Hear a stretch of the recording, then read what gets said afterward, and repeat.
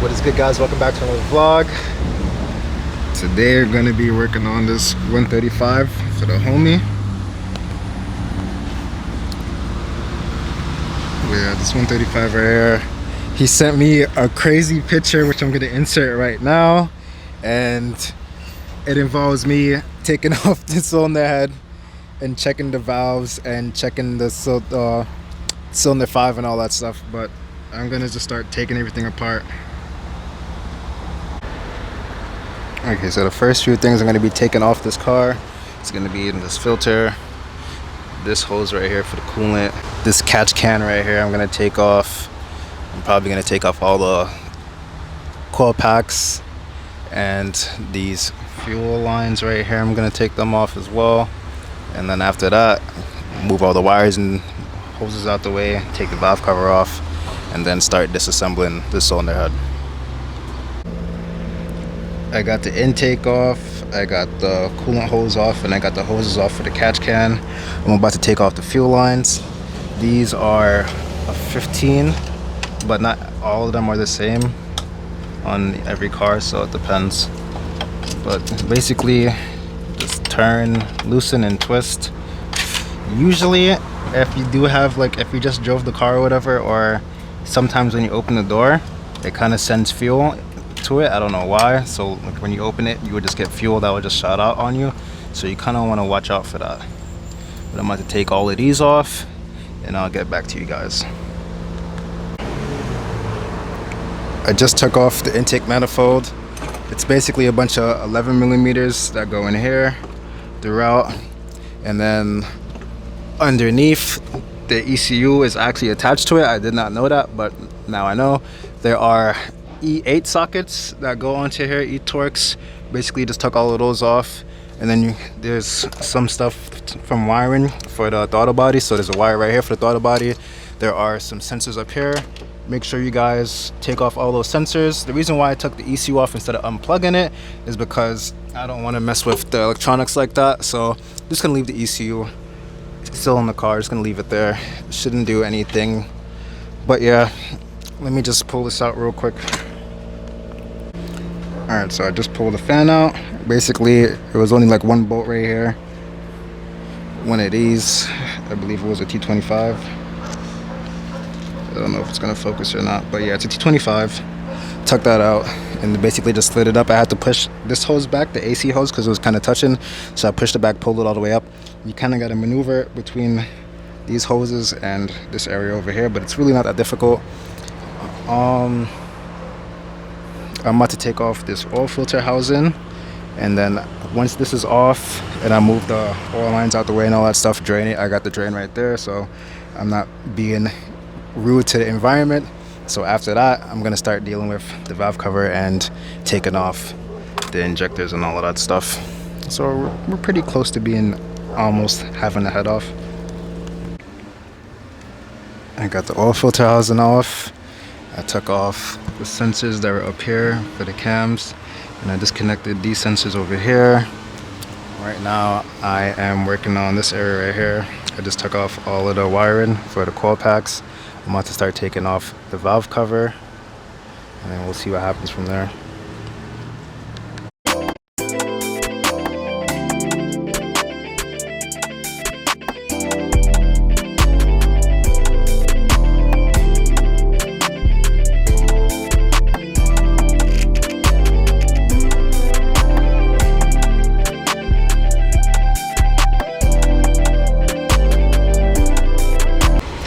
So we just got the valve cover off.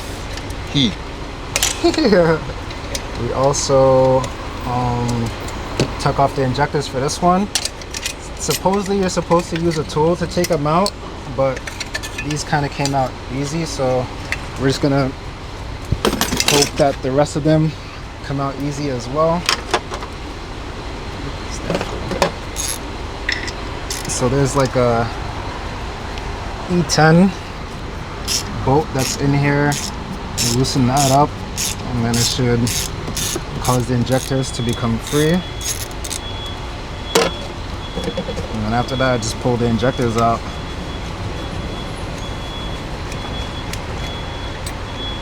Get in here. quick. So this is where the E10 would be. You can kind of like lift up on it. Alright, so we just pulled up on it, got them out. They're a little dirty, but they're not too bad. I'm just gonna label them. I'm not really sure if it matters whether you label them or not, but it's not my car, so let's just label them.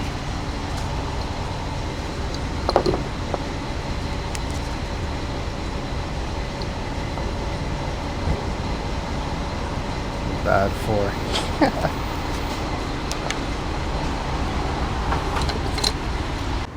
Okay, so I just took off the coupler for the turbo that goes to the intercooler, or for the intake part of the turbo that goes to the intercooler, and I took this off as well.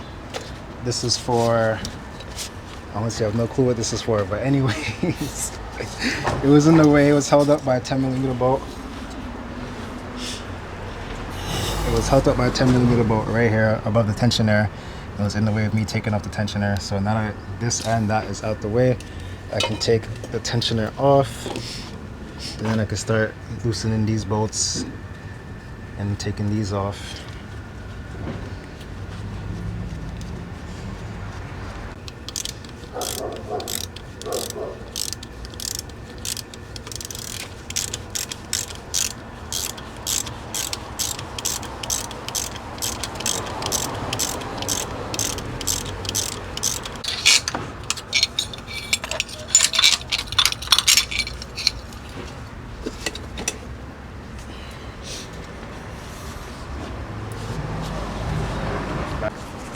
So I got both the cam gear adjusters off. I'm gonna start taking off these next, these little trays right here. And then after that I can start loosening the cylinder head bolts. And then I'm probably gonna take the downpipe off. That way we're gonna attempt to take it off with the turbo. Hopefully it works out. It shouldn't be that difficult. Yeah, we're good.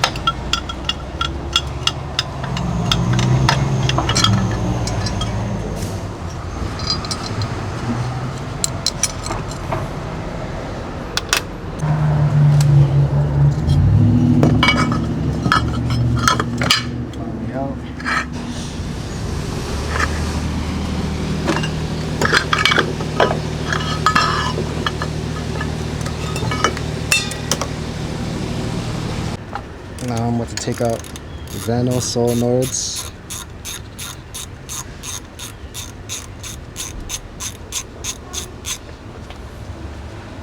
It's just 2 10mm for both of them.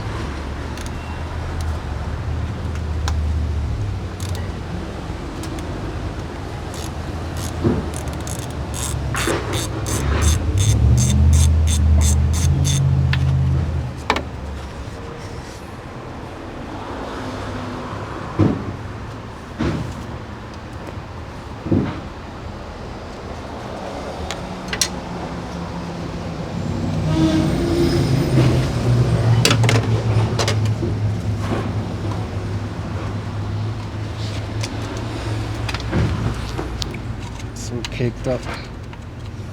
Nothing but dirt.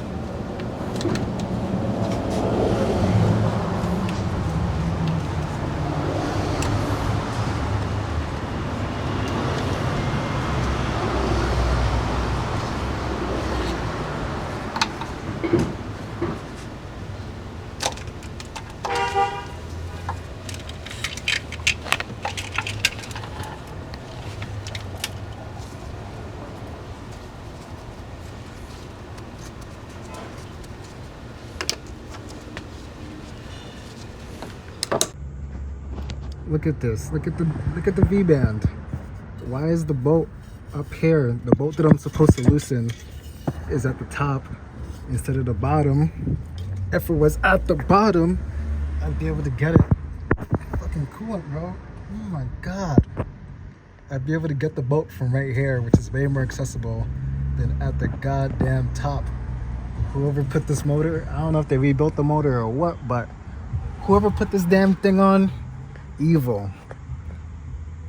But I finally got this damn thing to loosen up after toying with it for like 15 minutes. I swear I've been underneath the car for a good 10 to 15 minutes now, and it's finally loosened.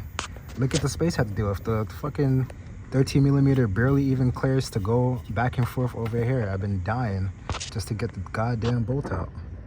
But yeah, I'm about to drop the downpipe. I'm gonna attempt to take it out without the without having to take off the turbo. I did get a couple of the bolts from the manifold, but the bolts underneath the manifold are very difficult to get to, like that bolt right there. That's in the way of everything. That bolt that's in the way of this coolant pipe right here. There's a lot going on. I didn't think it would be this difficult doing it inside the car. It's definitely way easier doing it outside of the car, but we're already here, so might as well just keep going.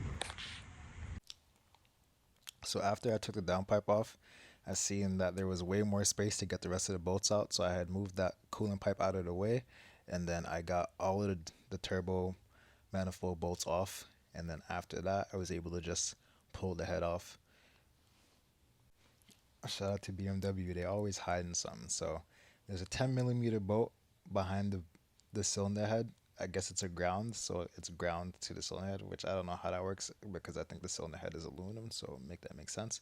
But anyways, I took that off, and then the cylinder head was way more easier to come off. I didn't realize that was back there, but at the same time, you also had to move the cylinder head forward just to even get a tool back there anyways. So that's what I did, loosen up the bolt, and now it's out. This is definitely one of the most heaviest cylinder heads I've pulled out of a car. I was struggling literally the whole time trying to figure out what's the best way to lift it by myself. And once I got it out, I was like, yes, I'm free. And I was trying my best not to break the timing chain guides because I do not want to take the front cover off or the oil pan just to replace those. Even though I still have to take the oil pan off to check out the rod bearings and some other stuff too. God damn, y'all see my veins? That's how y'all know I was struggling, bro. Like, look at my veins. Everything in my arm is just busting. Bro, look how heavy it is. Nah, taking that shit up by myself was really crazy. Next time, I definitely need help. Like, putting it back in the car, I'm gonna need help because that shit is mad heavy. Okay, so I found the issue. It looks like he dropped the valve right there, you see? God damn, how you do that? So that's not too bad, and it doesn't look like it did anything to cylinder 5, the piston.